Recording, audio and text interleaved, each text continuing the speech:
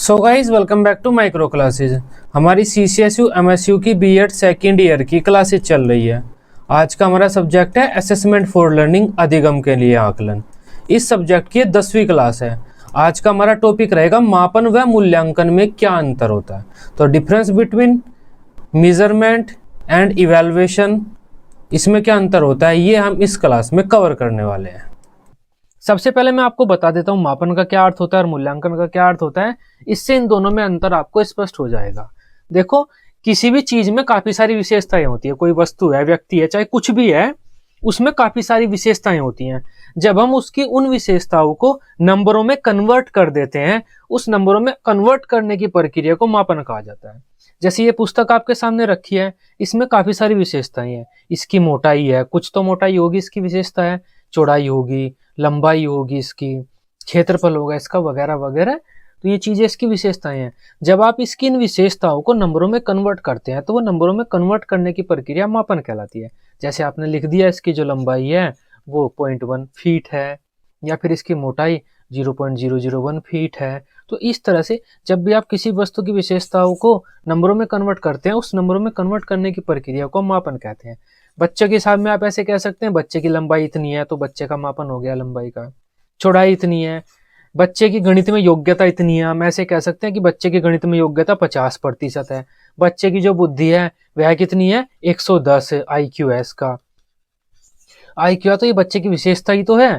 तो ये क्या हुआ, हम बच्चे की किसी भी विशेषता को नंबरों में कन्वर्ट कर रहे हैं, संख्याओं में कन्वर्ट कर रहे हैं। इस कन्वर्ट करने की प्रक्रिया को ये मापन कहते हैं। अगर आप पेपर की बात करें हम, तो बच्चों का पेपर लेकर पेपर के आधार पर बच्चों को नंबर देना मापन कहलाता है। क्योंकि बच्चे की जो विशेषताएं हैं, जो बच्चों को किसी भी सब्जेक्ट में ज्ञान है, उसे आप क्या कर रहे हैं, नंबरों में कन्वर्ट कर रहे हैं। तब क्या हुआ, किसी भी चीज की विशेषता को जब आप नंबरों में कन्वर्ट करते हैं तो वो मापन कहलाता है। ठीक इसी प्रकार किसी बच्चे का आप गणित का टेस्ट लेते हैं, टेस्ट के आधार पर आप कह देते हैं कि इस टेस्ट के आधार पर बच्चे की गणित में योग्यता 50%, तो वो क्या हुआ, मापन हुआ। तो किसी को नंबर देना मापन कहलाता है, किसी भी टेस्ट वगैरह में नंबर देना। तो मापन मेजरमेंट क्या होता है, प्रत्येक व्यक्ति अथवा वस्तु में बहुत सी विशेषताएं होती है, जैसे लंबाई, चौड़ाई, भार, क्षेत्रफल, आयतन आदि। किसी भी व्यक्ति अथवा वस्तु की किसी भी विशेषता को मापकर निश्चित इकाई अंकों में बदलने की प्रक्रिया मापन कहलाती है। तो हम किसी भी विशेषता का मापकर उसका मापन कर इकाई अंकों में, संख्याओं में बदल रहे हैं, तो वो प्रक्रिया क्या होगी, मापन कहलाएगी। जैसे बच्चे की लंबाई 2 मीटर है, ये मापन है। पुस्तक का भार 20 ग्राम है, ये मापन है। कोई टंकी है, उसका आयतन 700 लीटर है, ये मापन है। बच्चे का IQ 85 है, ये मापन है। तो ये सारे क्या है, मापन है। हम किसी भी विशेषता को नंबरों में बदल रहे हैं। परिभाषा दे सकते हैं हम, स्टीवेंसन ने क्या कहा है कि निश्चित नियमों के अनुसार वस्तुओं को अंक प्रदान करने की प्रक्रिया मापन कहलाती है। शिक्षा के क्षेत्र में हम इसका यूज इस तरह से कर सकते हैं कि बच्चों का टेस्ट लेकर जब हम उन्हें अंक प्रदान करते हैं तो उस प्रक्रिया को मापन कहते हैं। तो मापन आप समझ पाए क्या होता है, किसी बच्चे का हम टेस्ट लेते हैं और उसे नंबर दे देते हैं कि इस टेस्ट में इसके नंबर आए इतने, इसके इतने नंबर आए हैं। ऐसे भी कह सकते हैं आप, ऐसे भी कह सकते हैं इसके इतने प्रतिशत नंबर आए हैं इस टेस्ट में, कि दोनों का मतलब एक ही होता है। तो वो क्या हुआ, मापन हुआ। लेकिन मापन से हमारे सामने बच्चों की सारी स्थिति स्पष्ट नहीं हो पाती। जैसे मान लेते हैं कि इंटेलिजेंट बच्चा है, इंटेलिजेंट बच्चे ने 10 में से 8 नंबर प्राप्त किए हैं मापन में, और एक मंदबुद्धि बच्चा है, सामान्य बच्चा है, सामान्य बच्चे ने 10 में से 7 नंबर प्राप्त किए हैं।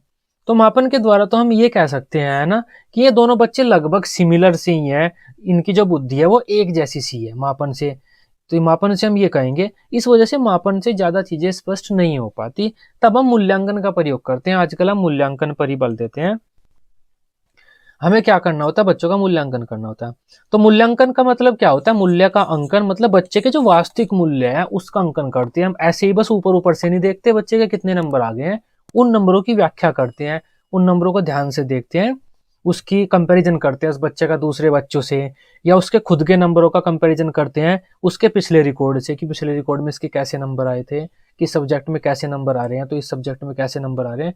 इस तरह से हम बच्चे का कंपैरिजन वगैरह करके देखते हैं, और उससे क्लियर हो जाता है हमें कि इस बच्चे के 7 नंबर आए हैं, ये ज्यादा आए हैं या कम आए हैं, और इस बच्चे के 8 आए हैं, ये पहले से ज्यादा है या कम है या कैसे हैं। तो उससे हमें पता चल जाता है कौन बच्चा कितना इंटेलिजेंट है, कौन बच्चा तरक्की कर रहा है, कौन बच्चा तरक्की नहीं कर रहा। एक उदाहरण देता हूं मैं आपको, हमें मूल्यांकन की जरूरत क्यों पड़ी, मूल्यांकन क्या होता है। मापन में तो क्या होगा, एक बच्चे के 7 नंबर आए हैं और दूसरे बच्चे के भी 7 नंबर आए हैं, तो मापन के अनुसार तो क्या हुआ, दोनों बच्चे सिमिलर है, दोनों में समान बुद्धि है। लेकिन जब हम मूल्यांकन करते हैं तो उस बच्चे का रिकॉर्ड देखते हैं, पहला रिकॉर्ड देखते हैं, इन नंबरों की तुलना करते हैं दूसरे बच्चों से, या उस बच्चे के खुद की मानसिक स्थिति से, सामाजिक शारीरिक स्थिति से हम तुलना करते हैं, तो हम देखते हैं कि जो पहला बच्चा है जिसके 7 नंबर आए थे, उसके पिछले हर टेस्ट में 10 में से 9 नंबर आए हुए हैं, हर टेस्ट में 10 में से 9 नंबर आए हुए हैं। लेकिन जो दूसरा बच्चा है इसके 7 नंबर आए हैं, तो उसके पिछले हर टेस्ट में 2 या 3 नंबर आए हुए हैं, बस 2 3 4 3 इस तरह से। अब क्या हुआ, तो इस 7 नंबर की वैल्यू ज्यादा है क्योंकि ये बच्चा तो प्रगति कर रहा है, लेकिन इस 7 नंबर की वैल्यू कुछ भी नहीं है क्योंकि ये बच्चा प्रगति नहीं कर रहा है, डाउनफॉल की तरफ चल रहा है। तो हम इस पहले बच्चे को डांट लगाएंगे, यही मूल्यांकन है। मापन में तो हमें बस पता चलता है कि दोनों के 7 नंबर है, दोनों में समान बुद्धि है, लेकिन अब मूल्यांकन ने हमें बताया कि नहीं, ये जो दूसरे वाला बच्चा है ये तो इंटेलिजेंट होता जा रहा है, मेहनत कर रहा है, लेकिन पहले वाला बच्चा पढ़ाई पर ध्यान नहीं दे रहा क्योंकि पहले से कम नंबर आए हैं इसके। तो इस प्रकार हो जाता है। यहाँ पर ऐसे भी हो सकता है कि एक बच्चा तो बीमार था, उसके 7 नंबर है, दूसरा बीमार नहीं था, उसके भी 7 नंबर है, तो जो बीमार था ना उसके 7 नंबर की वैल्यू बढ़ जाती है। इसे ही हम बोलते हैं इवैल्यूएशन, मतलब किसी की वैल्यू निकालना, किसी का वास्तविक मूल्य निकालना। मूल्यांकन के द्वारा हम किसी भी पर्सन का, किसी बच्चे के रियल वैल्यू की गणना करते हैं और उससे पता लगाते हैं हम कि यह बच्चा कितना पानी में, इसके नंबरों की वास्तविक वैल्यू क्या है, और उससे हम उस बच्चे को फिर सलाह देते हैं कि आगे आप इस तरह तैयारी करो, आप इस चीज में कमजोर होते जा रहे हैं, वगैरह वगैरह। फिर हम उस बच्चे को इसी तरह से सलाह देते हैं।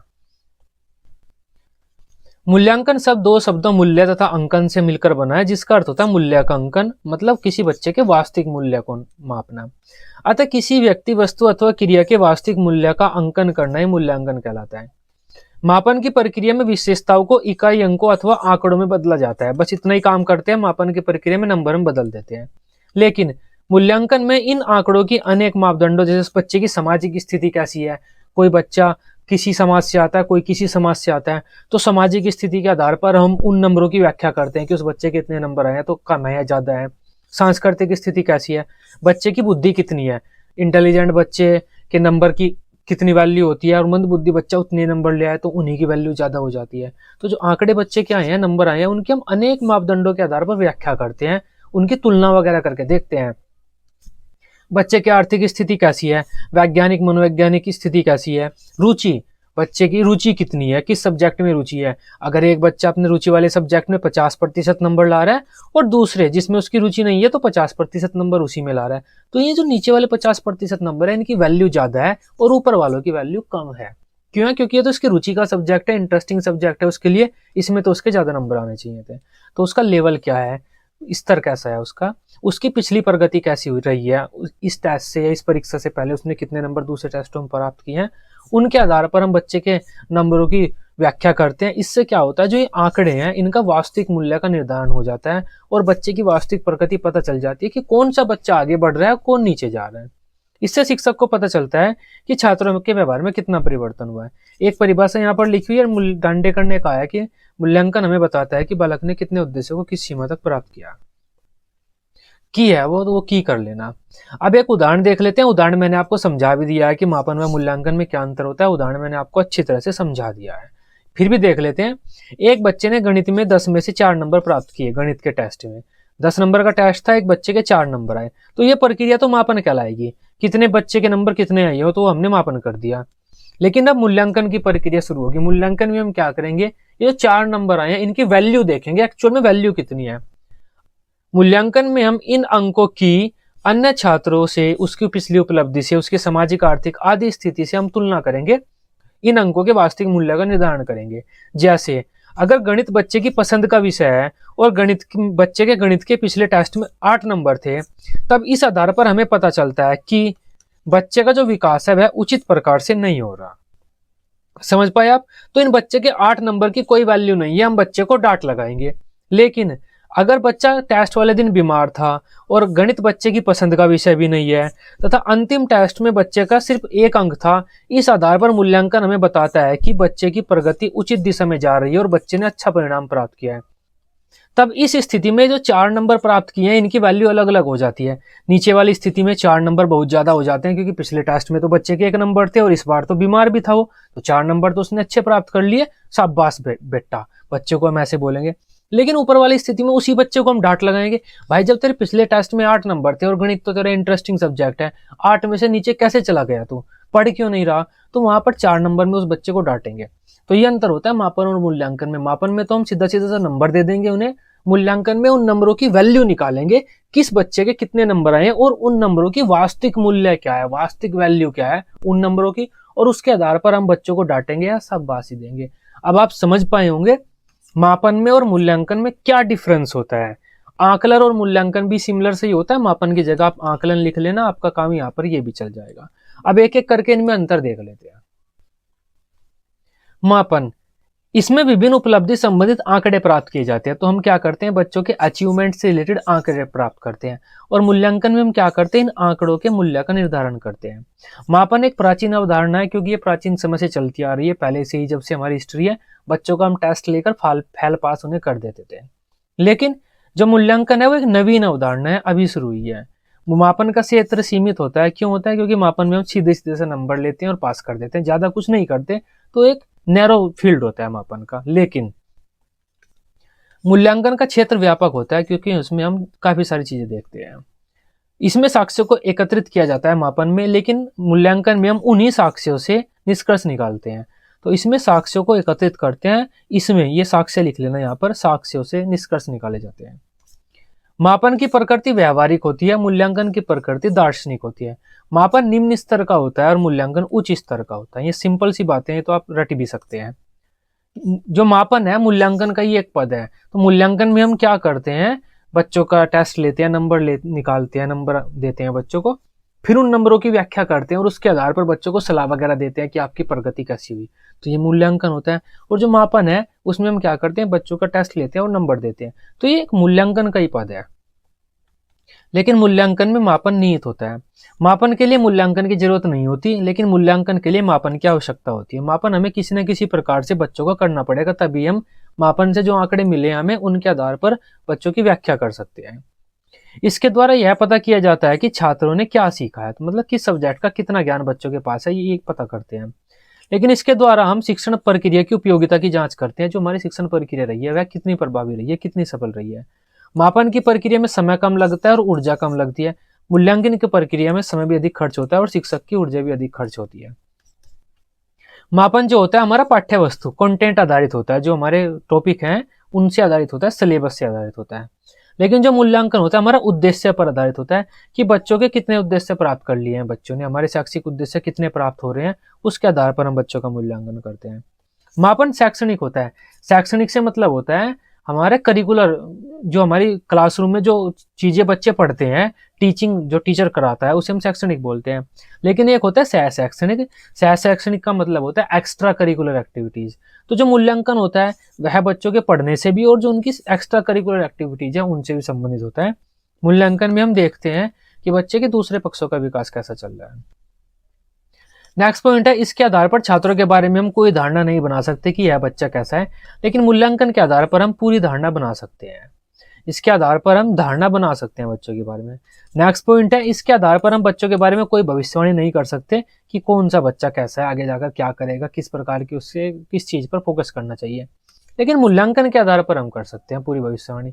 मापन में कितने पद होते हैं, तो मापन में इस प्रकार पद होते हैं। हम बच्चे की किसी विशेषता को चुनते हैं। सबसे पहले अगर बच्चे का हमें मापन करना होता है तो ये पदों का फॉलो करते हैं। बच्चे की किसी विशेषता को चुनते हैं, किस विशेषता का हमें मापन करना है। उसके बाद मापन विधि को चुनते हैं, किस विधि से हम मापन करेंगे।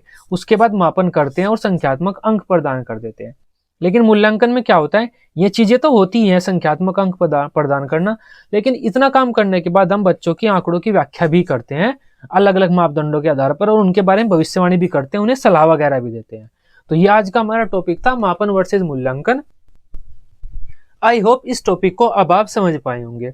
वीडियो अच्छी लगी हो, इसे आप अपने बीएड ग्रुप में दोस्तों के साथ शेयर कर सकते हैं। बीएड की सभी सब्जेक्ट की डेली रेगुलर क्लासेस लेने के लिए आप इस चैनल को सब्सक्राइब कर सकते हैं। Till then, bye bye, take care.